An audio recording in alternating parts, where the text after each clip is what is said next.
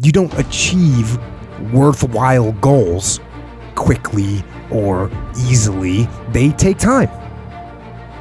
They take struggle. They take relentless pursuit day in and day out. That's what it takes. But also, things don't usually fall apart quickly either. At least at first, it's a slow process. A little slip here, a little setback over there, a little wearing down of discipline and will over time. That's the thing. Success and failure are generally slow processes. Either slowly building things up or gradually tearing them down. And that's why I say you've got to pay attention. You have to watch. You have to watch every single second. Because those seconds, they turn into minutes.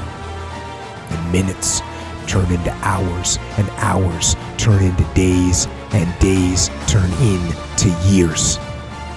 And so, that second that just went by, that counted. And so did that second.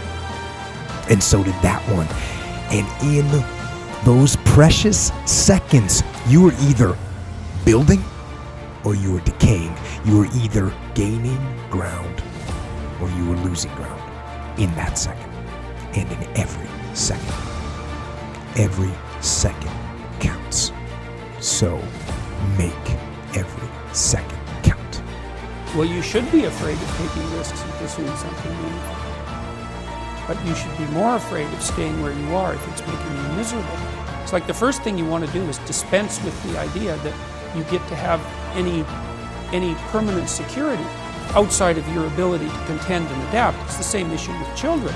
It's like you're paying a price by sitting there being miserable. You might say, well, the devil I know is better than the one I don't. It's like, don't be so sure of that. The clock is ticking.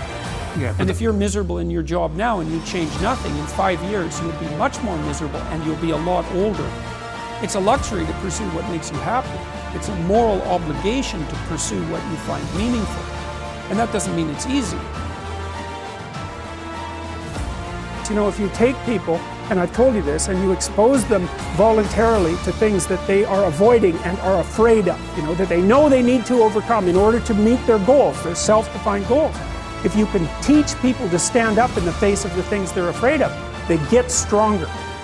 And you don't know what the upper limits to that are, because you might ask yourself, like, if for 10 years, if you didn't avoid doing what you knew you needed to do, by your own definitions, right, within the value structure that you've created, to the degree that you've done that, what would you be like? Well, you know, there are remarkable people who come into the world from time to time, and there are people who do find out over decades-long periods what they could be like if they were who they were, if they spoke their being forward. And they get stronger and stronger and stronger, and we don't know the limits to that. We do not know the limits to that. I wish I had not waited 14 years. Somebody said if you want to lose something, lose money. You can get that back. 8 out of 10 millionaires have been financially bankrupt. Walt Disney filed bankruptcy 7 times and had 2 nervous breakdowns. But don't lose time. There were 14 years I sat on the sideline. 14 years I said, I don't have an investor in me like Tony Robbins. 14 years that said, I don't have an MBA or a PhD, and I can't compete with these guys. I have the complexion of rejection.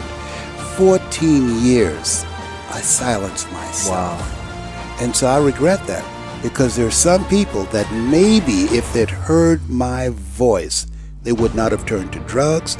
If they'd heard my voice, their lives would have taken a different direction. And I can't get those 14 years back. That haunts me, and I think that drives me when I speak with such energy. I'm trying to make up for that time, but I